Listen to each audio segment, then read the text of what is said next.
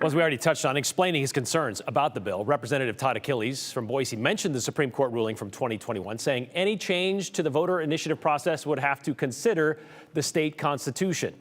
But he also pointed out the numerous laws we still have today would not exist if that approval threshold were raised to 60%. Other than voters denying a pay raise for lawmakers in 1970, you can thank voter initiatives for such things as property tax relief. There was the initiative passed in 1978, which would limit property tax increases to 1% of actual market value.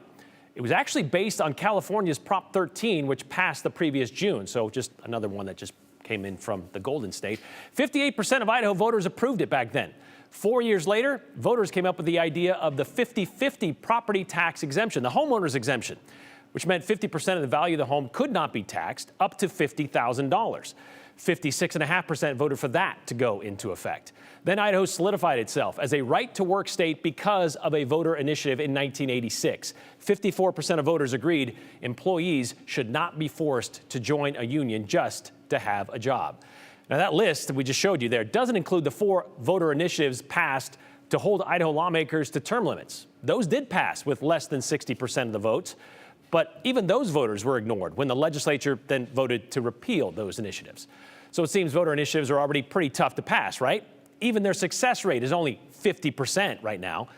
But it seems some of Idaho lawmakers are trying to make it even tougher and pull what little will of the people have right out of their hands.